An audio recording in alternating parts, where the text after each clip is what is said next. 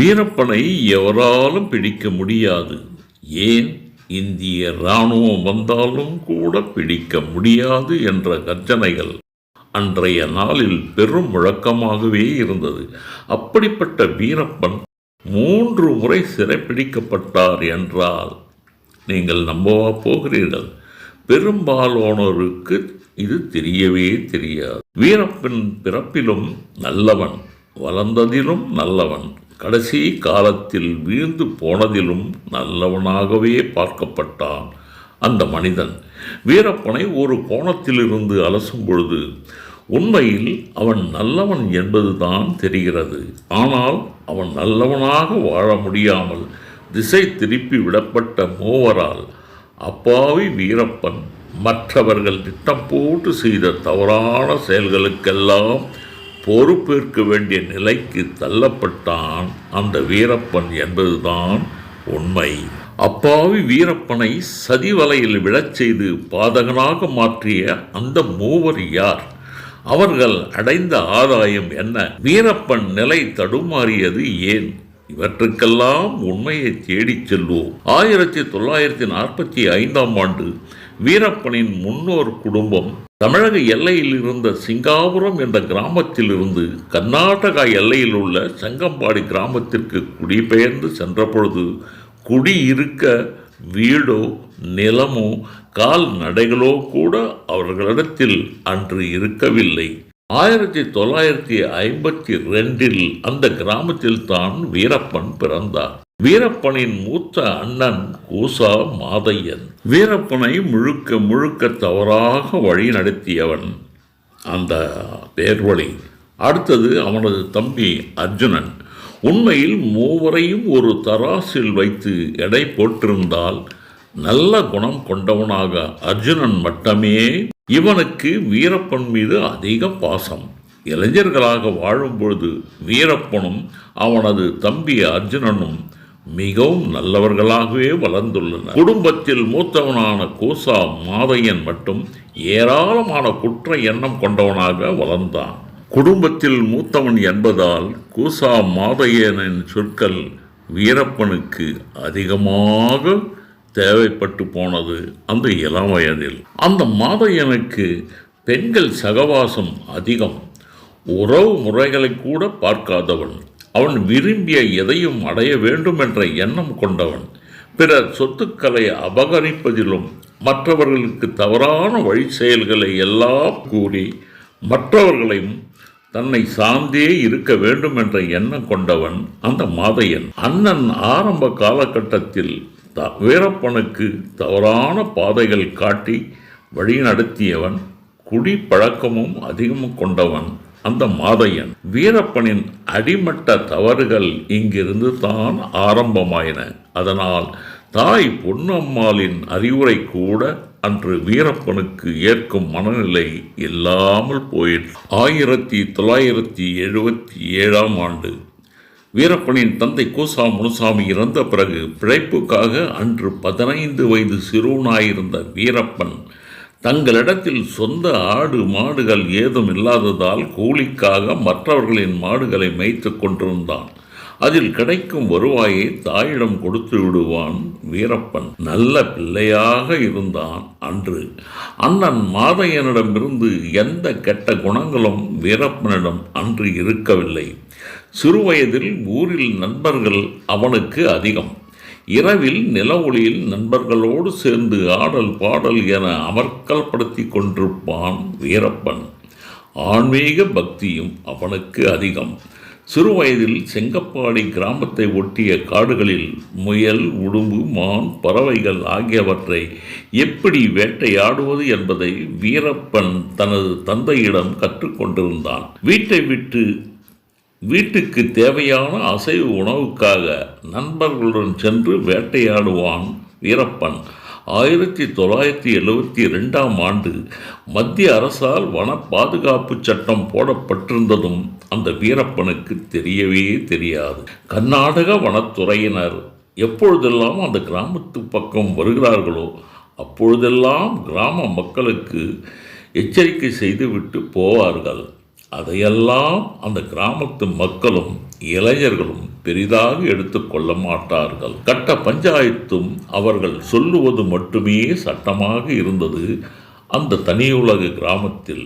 அக்கிராம மக்களுக்கு அதுவே நீதிமன்றமாகவும் கட்ட பஞ்சாயத்து நடத்துகின்ற அந்த நடைமுறை அலுவலகமாக மாறிப்போனது அந்த கிராமம். வீரப்பனின் அண்ணன் மாதையனும் ஒருவனாக இருந்தான் அந்த கட்ட பஞ்சாயத்தில். அப்படி என்றால் எப்படி உருப்பட்டிருக்க முடியும் அந்த கிராமம் என்பதை நீங்களே தீர்மானித்துக் கொள்ளுங்கள்.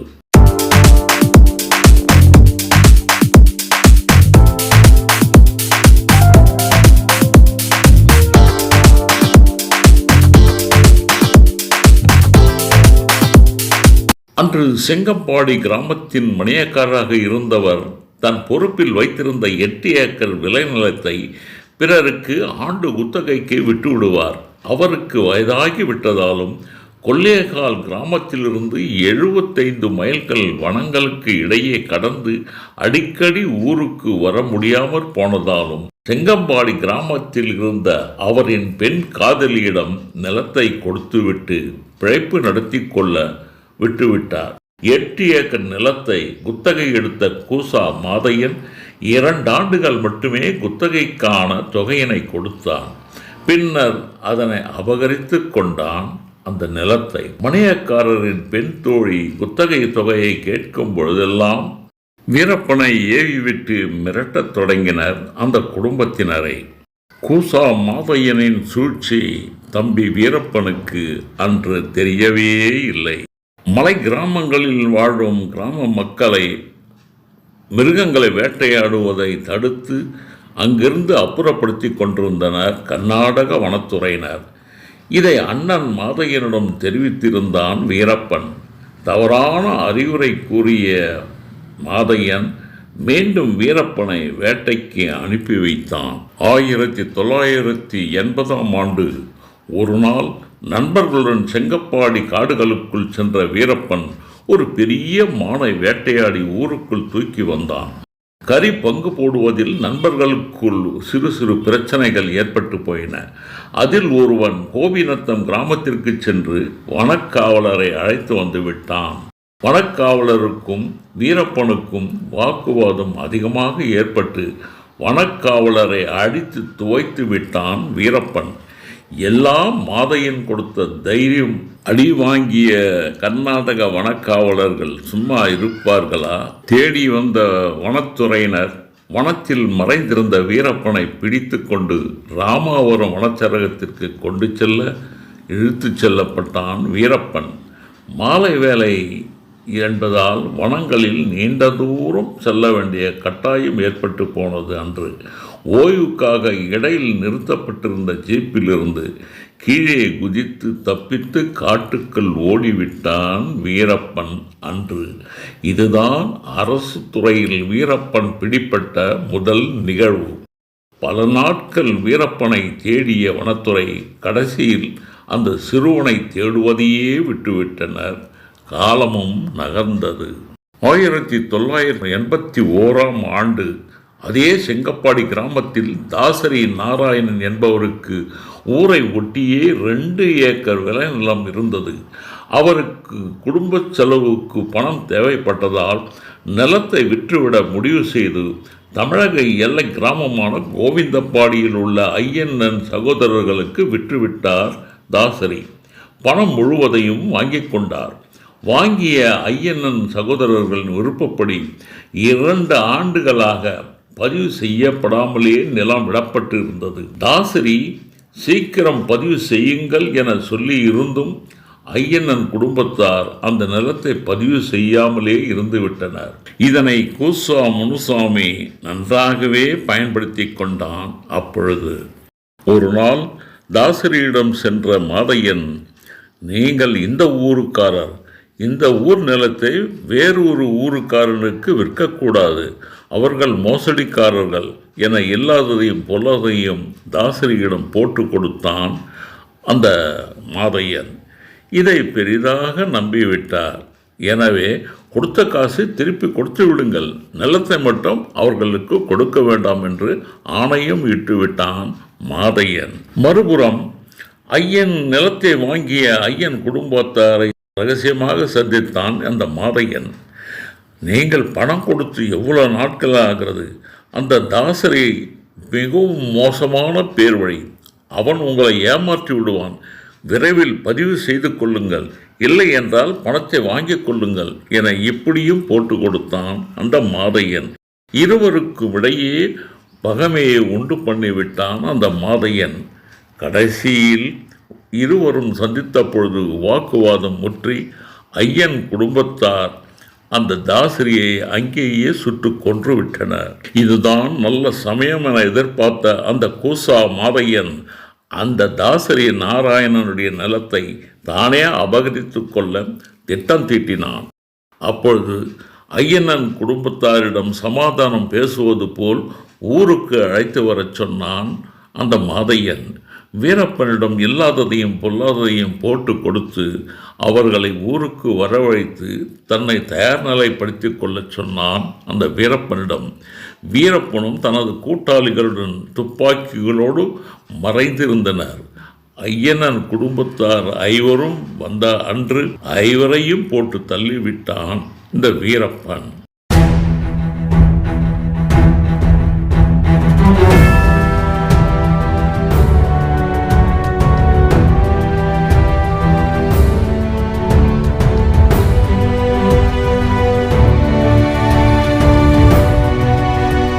ஆயிரத்தி 1984 ஆண்டு தமிழக எல்லையான சத்தியமங்கலம் பவானிசாகர் அணைக்கு தெற்கே உள்ள காடுகளில் ஏராளமான யானைகளையும் தந்தங்களுக்காக வேட்டையாடி கொண்டிருந்தான் வீரப்பன்.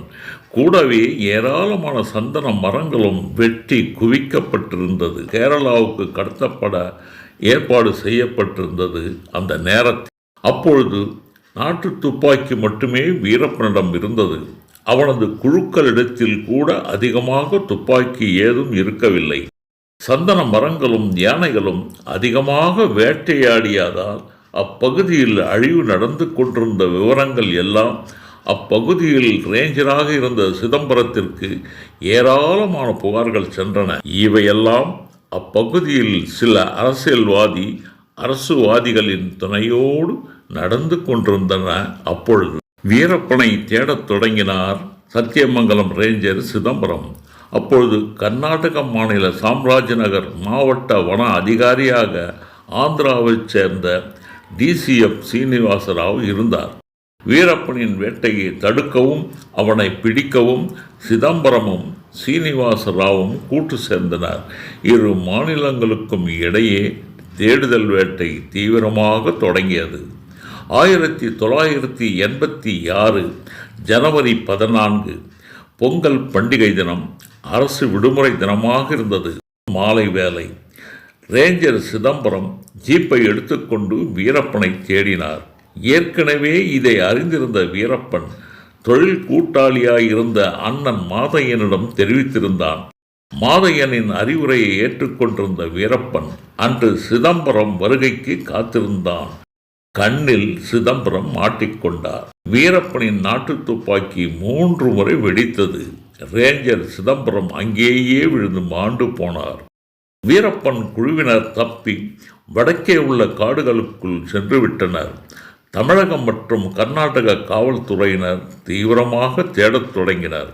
திடீரென செங்கம்பாடி கிராமத்திற்குள் நுழைந்த போலீசாரின் பிடியில் வீரப்பனின் அண்ணன் கூசா மாதையன் அகப்பட்டு கொண்டான். எதுவுமே தெரியாதவன் போல் பல கோணங்களில் தப்பித்து பார்த்தான் மாதையன். முறைப்படி காவல்துறை விசாரித்த பொழுது கூட இருந்த நண்பனால் உண்மை வெளிப்பட்டு விட்டது. சும்மா இருக்குமா தமிழக போலீஸ்? கடைசியில் கோவை சிறையில் அடைக்கப்பட்டான் அந்த கூசா மாதையன்.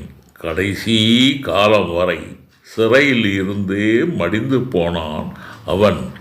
பொய்யே வாழ்க்கை என மாறிப்போன கூசா மாதையன திரையே ஆயுள் இருப்பிடமாக அன்று மாறிப்போனது. சத்தியமங்கலம் வனத்துறை ரேஞ்சர் சிதம்பரம் கொலை வழக்கில் கர்நாடக வனத்துறையும் காவல்துறையும் தீவிரமாக தேடிக்கொண்டிருந்த பொழுது வீரப்பனின் தங்கை மாரியம்மாளும் அவளது கணவன் அர்ஜுனனும் சிங்காபுரம் என்ற கிராமத்தில் தங்கியிருந்தனர். கர்நாடக மாநில வனத்துறையிலும் பொதுமக்களிடத்திலும் நல்ல மதிப்பு பெற்றிருந்த டிசிஎஃப் சீனிவாஸ் என்பவர் மாரியம்மாளினுடைய கணவன் அர்ஜுனனை கைது செய்து மைசூர் சிறையில் அடைத்து விட்டார். செங்கப்பாடி கிராமத்தில் அங்குள்ள மக்களுக்கு இலவசமாக வைத்தியமும் செய்து கொண்டிருந்தார் இந்த டிசிஎஃப் சீனிவாசன். அந்த ஹோமியோபதி கிளினிக்கில் வேலையில்லாமல் குழந்தைகளோடு பரிதவித்துக் கொண்டிருந்த அந்த மாரியம்மாளுக்கு வேலையும் கொடுத்திருந்தார் அந்த மகான். அவரே வைத்தியம் பார்த்ததோடு அந்த வீரப்பனுடைய தங்கையின் குடும்பத்திற்கும் ஏராளமான பண உதவிகளையும் பொருள் உதவிகளும் செய்து உதவினார் அந்த டிசிஎஃப் சீனிவாஸ். செங்கம்பாடு கிராமத்தை சுற்றிலும் மேலும் மேலும் வீரப்பனால் தொடர்ந்து பிரச்சனைகள் உருவாகி கொண்டே இருந்தன. இதனால் போலீஸ் முகாம் ஒன்றும் அந்த செங்கப்பாடி கிராமத்தில் ஏற்படுத்தப்பட்டன. அந்த கிராமத்தில் உள்ள எவரும் வெளியூர் செல்வது என்றால் கிராமத்தை விட்டு செல்வதற்கு முன் தங்களிடம் கட்டாயம் தெரிவிக்க வேண்டும் என்ற உத்தரவினையும் காவல்துறையும் அந்த வனத்துறையும் அந்த மக்களுக்கு எச்சரிக்கையாக கொடுத்திருந்தனர். அந்த விவரப்படி ஒவ்வொரு மக்களும் அந்த கிராமத்தை விட்டு செல்வதற்கு முன் தாங்கள் எங்கே செல்கிறோம் என்பதை விவரமாக ஏதோ ஒரு பதிவேட்டில் பதிவு செய்வதோ அல்லது அங்குள்ள போலீஸ்காரரிடம் விவரத்தை சொல்லிவிட்டு செல்வதோ தொடர்ந்து கொண்டிருந்தது. அப்படித்தான் ஒரு முறை அலுவலக வேலையாக டிசிஎஃப் சீனிவாஸ் என்பவர் பெங்களூர் அலுவலகத்திற்கு சென்று விட்டார். அந்த நேரத்தில் வீரப்பனின் தங்கை மாரியம்மாள் போலீஸ்காரரிடம் மேட்டூர் வரை சென்றுவிட்டு உடனே வருவதாக சொல்லி சென்றவர் 3 நாட்கள் ஆகியும் திரும்பி ஊருக்கு வரவே இல்லை. ஊருக்கு வந்த மாரியம்மாள் மீது சந்தேகம் ஏற்பட்டு விசாரிக்க தொடங்கினர் கர்நாடக காவல்துறை. மாரியம்மாள் உண்மையை சொல்லவில்லை. மேட்டூர் சென்ற மாரியம்மாள் வீரப்பனின் மனைவியை அவன் இருக்கும் காட்டில் கொண்டு போய் விட்டு வந்த சம்பவம் மாரியம்மாள் கூட்டிச் சென்ற ஆள் போலீசிடம் தெரிவித்து விட்டான். மாதேஸ்வரமலை காவல் நிலையத்திற்கு மாரியம்மாளை அழைத்தனர் காவல்துறையினர். எங்கே சிறையில் அடைத்து விடுவார்களோ என்ற பயத்தில் விஷம் குடித்து அன்று மாண்டு போனால் அந்த மாரியம்மாள். இந்த விஷயம் கோவை சிறையில் உள்ள மாதையனுக்கு சென்றது. தம்பி வீரப்பனு தவறான தகவல்களை அனுப்பினான் மாதையன். உண்மை என நம்பிய வீரப்பன் 1991 டிசிஎஃப் சீனிவாசனிடம் சரணடைவதாக தம்பி அர்ஜுனிடம் தெரிவித்து தகவல் அனுப்பியிருந்தான். அதை நம்பி அந்த வனத்திற்குள் வந்த அந்த டிசிஎஃப் சீனிவாசனை சுட்டதோடு அவரது தலையையும் வெட்டி எடுத்து சென்று விட்டான். அன்று 1985 யானை வேட்டையில் அதிகம் சம்பாதித்து கொண்டிருந்த வீரப்பன் கூட்டாளிகளை அதிகமாக குழுவில் சேர்த்து கொண்டான். யானை வேட்டைக்காக பலமான இரட்டை குழல் துப்பாக்கி வாங்க பெங்களூர் சென்றான் ஒரு முறை வீரப்பன். சரியான ஆளை தேடிக்கொண்டிருந்த பொழுது துப்பாக்கி வாங்கி தருவதாக வந்த ஒரு நபரை நம்பி 50,000 ரூபாயை அவனிடம் கொடுத்து விட்டான். அவன் மாறு வேடத்தில் வந்த கர்நாடகா போலீஸ் என்பது வீரப்பனுக்கு அப்பொழுது தெரியவே தெரியாது. பணத்தை சுருட்டி கொண்ட அந்த போலீஸ் வீரப்பனை டிசிஎஃப் சீனிவாசனிடம் காட்டி கொடுத்துவிட்டு பணத்தை திருப்பி தராமல் ஓடியே போய்விட்டான். அப்பொழுது வீரப்பனை தேடிக்கொண்டிருந்த அந்த வன அதிகாரி வீரப்பனை கைது செய்து சாம்ராஜ்ய நகர் வனத்துறை பங்களாவுக்கு கொண்டு சென்று விசாரணை கைதியாக 1 மாத காலம் வைத்திருந்தார் வீரப்பனை. கடுமையான காவலும் அங்கு கிடையாது. கையில் விலங்கோடு அங்கேயே நல்ல வசதியுடன் தங்க வைக்கப்பட்டிருந்தான் வீரப்பன். ஒரு நாள் டிசிஎஃப் சீனிவாஸ் அலுவலக மீட்டிங்கிற்காக பெங்களூர் சென்றிருந்தார். சமயம் பார்த்த வீரப்பன் மாலை இருட்டில் கை விலங்கை நீக்கிவிட்டு காட்டிற்குள் தப்பி ஓடி வந்து விட்டான். வீரப்பன் தப்பி சென்று விட்டதை வன அதிகாரியும் பெரிய நடவடிக்கை ஏதும் எடுக்கவில்லை. அதனால் கர்நாடக வனத்துறை மேலிடத்திலிருந்து டிசிஎஃப் சீனிவாசுக்கு மெமோ வழங்கப்பட்டது. வேண்டுமென்றே வீரப்பனை சிறையில் அடைக்காமல் வெட்டவெளியில் பங்களாவில் தங்க வைத்து அவனை தப்பிக்க விட்டுவிட்டார் இந்த டிசிஎஃப் சீனிவாசன் என்பது குற்றச்சாட்டு. அதன் அடிப்படையில் அந்த டிசிஎஃப் சீனிவாசன் என்பவர் பெல்லாரி மாவட்டத்திற்கு உடனடியாக மாறுதல் செய்யப்பட்டு விட்டார் அன்று.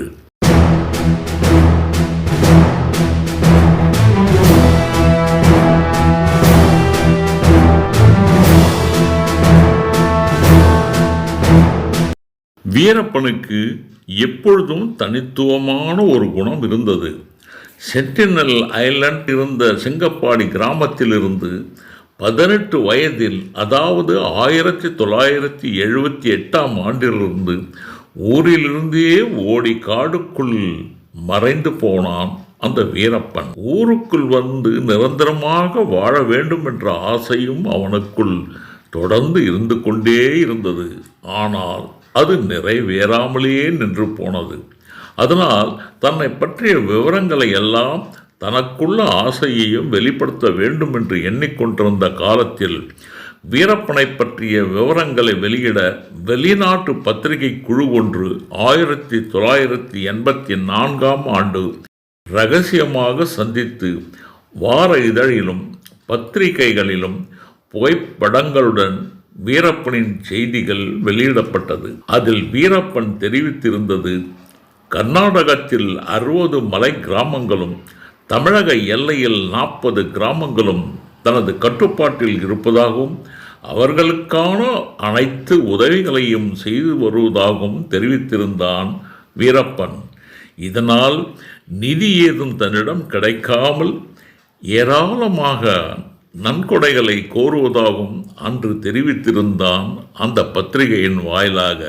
மேலும் அவன் கூறியதாவது, தான் ஆதரிக்கும் அந்த கிராம மக்கள் அனைவரும் தன்னை ஒருபொழுதும் காட்டி கொடுக்க மாட்டார்கள் என்றும், விரைவில் காட்டை விட்டு வெளியேறி அரசியலில் ஈடுபட போவதாகவும் அன்று பேட்டி அளித்திருந்தான் வீரப்பன். அந்த செய்தி அன்று எல்லா வார தினசரி பத்திரிகைகளில் வெளியிடப்பட்டது. வீரப்பன் பத்திரிகையாளர்களை சந்தித்து பேட்டி அளித்து வெளிவந்த முதல் செய்தியும் அன்றுதான். அதுவரை வீரப்பனை எவருமே சந்தித்தது கிடையாது. வீரப்பன் எப்படி இருப்பான் என்ற விவரமும் எவருக்குமே புரியாது. படங்களும் வந்ததில்லை. அன்று வீரப்பன் யானை தந்தங்களை வேட்டையாடி விற்றதன் மூலமும் சந்தன மரக்கட்டைகளை விற்றதன் மூலமும் அவனிடம் கோடி கணக்கில் பணம் குவிந்து கிடந்திருந்தது. அவைகளை வங்கியில் போட்டுவிட முடியாது. ஊரில் உள்ளவர்களிடம் கொடுத்து வைக்கும் அளவுக்கு நம்பிக்கையானவர்கள் அவனிடம் யாரும் இல்லை.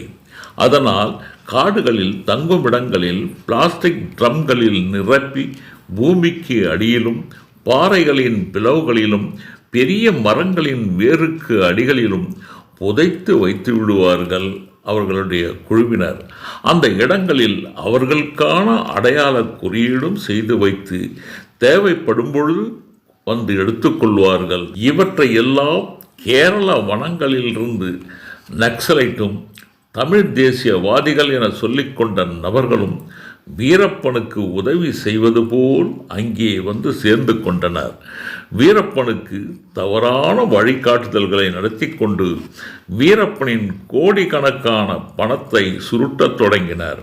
வீரப்பனுக்கு வெளியில் இருந்து துப்பாக்கிகளையும் கொண்டு வந்து கொடுத்தனர். வெடிகுண்டுகளை தயாரிக்க வீரப்பனுக்கு கற்றுக் கொடுப்பதாகவும் ஆசை காட்டினார்கள். வீரப்பன் கூட்டாளிகள் என்ற பெயரில் 1993 பாலாறு ஆற்றுப்பாலத்தில் நக்சலைட்டுகளே வெடிகுண்டு வைத்து 22 நபர்கள் இறக்க காரணமாயிருந்தார்கள். வீரப்பன் பெயரில் பழியை சுமத்தி விட்டார்கள். அதனால் வீரப்பன் மகிழ்ச்சி அடைந்தானா இல்லையா எவருக்குமே தெரியாது. ஆனால் அவரிடமிருந்த கோடிக்கணக்கான பணம் மட்டும் பறி போயின என்பதுதான் உண்மை.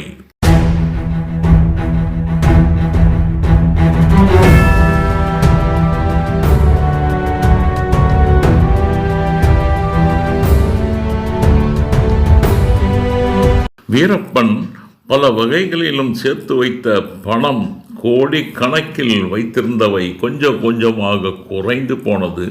செலவுக்கு கூட மிஞ்ச முடியாத ஒரு நிலை ஏற்பட்டு கொண்டிருந்தது. அப்பொழுது நக்சலைட்டுகளையும் தமிழ் தேசியவாதி என வீரப்பனிடம் சேர்ந்த நபர்களும் வீரப்பனுக்கு உதவுவது போல் நாச வேலைகளில் அவனை ஈடுபடுத்தி இருந்த பணத்தை எல்லாம் கூட்டு சேர்ந்து கரைத்து விட்டனர். வீரப்பனின் பெயரும் அவனது நடவடிக்கைகளும் மோசமான நிலைக்கு சென்று விட்டது. செலவு செய்வதற்கூட பணம் இல்லாமல் தடுமாற தொடங்கினான் வீரப்பன். அப்பொழுது அவனிடம் இருந்த அந்த கூட்டாளிகள் வீரப்பனுக்கு யோசனைகளையும் கூறினர். அதாவது பெரும் புள்ளிகளையும் அரசியல் மற்றும் அரசு ஆட்களையும் கடத்தி பணம் பறிப்பு செய்வது என்பது அந்த யோசனைகள். வீரப்பனுக்கு அவை மிகவும் பிடித்து போனது. ஒரு சிலரை கடத்தி பார்த்தும் போதுமான பணம் கிடைக்கவில்லை. கூட இருந்த கூட்டாளிகளின் அறிவுரைப்படி 2001ஆம் ஆண்டு கன்னட நடிகர் ராஜகுமார் கடத்தப்பட்டார். வீரப்பனை சந்தித்து நடிகரை விடுவிக்க தமிழகத்திலிருந்து முதன்முறையாக பத்திரிகை குழு என சொல்லிக் கொண்டவர்கள் சென்றார்கள். வீரப்பனுக்கு உதவி செய்வது போல சென்றவர்கள் அவனுக்கு பொது மன்னிப்பு வாங்கி கொடுப்பதாகவும் வெளி உலகத்திற்கு வந்து அரசியலில் ஈடுபடலாம் எனவும் பொய்யான வாக்குறுதிகளை அளித்து விட்டனர். வீரப்பன் நம்புவது போல் அவர்கள் நடித்து கொண்டிருந்தனர். அந்த காலகட்டத்தில் ராஜகுமார் விடுவிக்க அவரே 100 கோடி பணம் கொடுத்ததாகவும் நம்பப்படுகிறது. ராஜகுமாரை விடுவிக்க சென்றவர்கள் கோடி கணக்கில் பணத்தை சுருட்டி கொண்டு அங்கிருந்து ஓடியே போனார்கள். இவர்களை நம்பி வீரப்பனும் நடிகர் ராஜகுமாரை விடுவிக்கவே இல்லை. மீண்டும் பேச்சுவார்த்தைக்கு வந்த அந்த பத்திரிகை நண்பர்களை வீரப்பன் குழுவினர் அடித்து உதைத்து விரட்டி துரத்தி அடித்து விட்டனர். உயிருக்கு பயந்து தலை தெறிக்க ஓடிப்போன அந்த குழுவினர் மீண்டும் வீரப்பன் பக்கம் தலை வைத்து கூட படுக்கவில்லை என்பதுதான் உண்மை. சமாதான பேச்சு நடத்தச் சென்ற பத்திரிகை குழு நண்பர்கள் மீது பெரும் நம்பிக்கையை இழந்துவிட்டான் வீரப்பன். அவனது திட்டங்களும் கனவுகளும் எடுபடாமல் போனது. வீரப்பனின் உறவினரும் அரசியல் பிரமுகரும் வீரப்பனின் பெரும் நம்பிக்கைக்கு உரியவருமான கொளத்தூர் மணி என்பவரை வரவழைத்து அவரது ஆலோசனைப்படி உடனடியாக ராஜகுமாரை விடுவித்து விட்டான் வீரப்பன். 2002ஆம் ஆண்டில் கர்நாடக உள்துறை அமைச்சராக இருந்த நாகப்பாவை கடத்தினான் வீரப்பன். அவர்களிடமிருந்து ஒரு பைசா கூட பெயரவில்லை. வெறுத்து போனான் வீரப்பன். அந்த நாகப்பாவுக்கு தேவையான வசதிகள் எல்லாம் செய்து கொடுத்து கொண்டிருந்தான். ஆனால் நாகப்பாவை மீட்க வந்த கர்நாடக அதிரடி படையினர் துப்பாக்கி குண்டுகளுக்கு இரையாகி போனார் நாகப்பா. நாகப்பாவை விட்டுவிட்டு காட்டுக்குள் ஓடிப்போன வீரப்பன் மீது பழி போட்டுவிட்டனர் கர்நாடக காவல்துறையும் அந்த அரசும். வீரப்பனுக்கு வயதாகி போனதாலும் ஓயாமல் காடுகளில் ஓடிக்கொண்டிருந்ததாலும் பார்வை குறைபாடு ஏற்பட்டு போனது. எந்த ஊர் மக்களை பெரிதாக வீரப்பன் நம்பினானோ அதே கிராமத்திற்குள் வந்து 6 மாதங்களாக தங்கி இருந்துள்ளான் வீரப்பன். நம்பிக்கையும் பொய்த்து போனது அன்று அவனுக்கு. வீரப்பனின் குருவான மலையூர் மம்பட்டியான் அன்று போலீஸ் தேடலுக்கு பயந்து சேலம் ஆத்தூர் பகுதியில் கள்ளச்சாராய வியாபாரி கருப்பண்ணன் வீட்டில் தங்கியிருந்தான். கருப்பண்ணனுக்கு வாழா வெட்டியாக இருந்த தங்கை சடையம்மாளும் கல்யாண வயதில் இருந்த நல்லம்மாள் என்ற தங்கையும் இருந்தனர். சடையம்மாளுக்கும் மலையூர் மம்பட்டியானுக்கும் நெருங்கிய தொடர்பு இருந்தது. மம்பட்டியான் வழிப்பறி செய்த பணத்தையும் நகைகளையும் அவரிடம் கொடுத்து வைத்திருந்தான். கல்யாண வயதில் இருந்த நல்லம்மாவை திருமணம் செய்து கொடுக்குமாறு மலையூர் மம்பட்டியான் அந்த கள்ளச்சாராய வியாபாரி கருப்பண்ணனிடம் கேட்டான். வாழாவேட்டி தங்கை சடையம்மாளோடு குடும்பம் நடத்தி கொண்டிருந்த மம்பட்டியானுக்கு தன்னுடைய இளைய தங்கை நல்லம்மாவை திருமணம் செய்து கொடுக்க மறுத்துவிட்டு எகிரினான் அந்த கருப்பண்ணன்.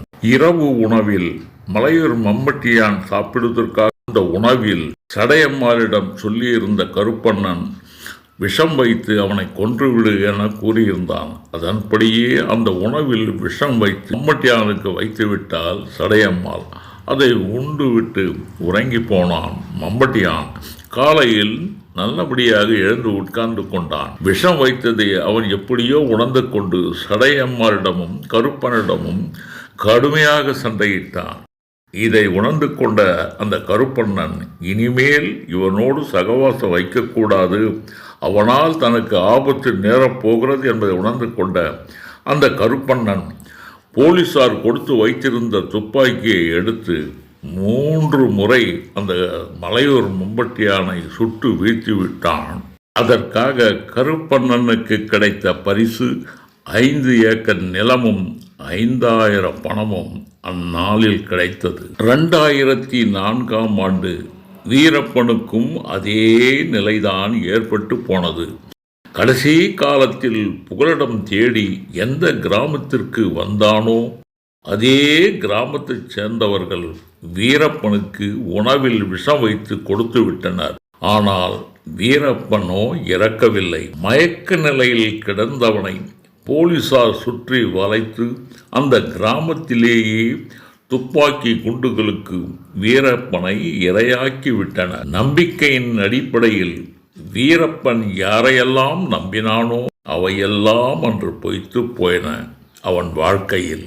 அப்பாவி வீரப்பனை பகடைக்காயாக உருட்டி கூட பிறந்த அண்ணன் கூசா மாதையனும் விடுதலை புலி பிரபாகரனைப் போல் மாற்றி விடுவதாக கூறி நக்சலைட்டுகளும் தமிழ் தேசியவாதிகள் என கூறிக்கொண்ட ஒரு கூட்டத்தினரும் சேர்ந்து 2001ஆம் ஆண்டு ராஜகுமாரை விடுவிக்கும் முயற்சியில் பத்திரிகை குழு என கூறிக்கொண்டு வீரப்பனை அணுகியவர்களும் வீரப்பனிடம் இருந்து கோடிக்கணக்கான பணம் மட்டுமே அவர்களுக்கு குறிக்கோளாய் இருந்தது என்பது மட்டுமே உண்மை. வீரப்பனை நல்வழிப்படுத்தவோ அவனை திருந்தி வாழவோ எவருக்குமே எந்த காலத்திலும் கவலையும் இருந்ததில்லை, அவனை பற்றிய அக்கறையும் இருந்ததில்லை. கடைசி காலம் வரை வீரப்பனுக்கு அந்த 3 நிலைகள் உள்ள நபர்கள் எல்லாம் எந்த விதத்திலும் உதவவே இல்லை என்பதுதான் அனைவரும் அறிய வேண்டிய உண்மை. தினை விதைத்தவன் வினை அறுப்பான், தினை விதைத்தவன் தினையைத்தான் அறுப்பான் என்பது கிராம பழமொழி.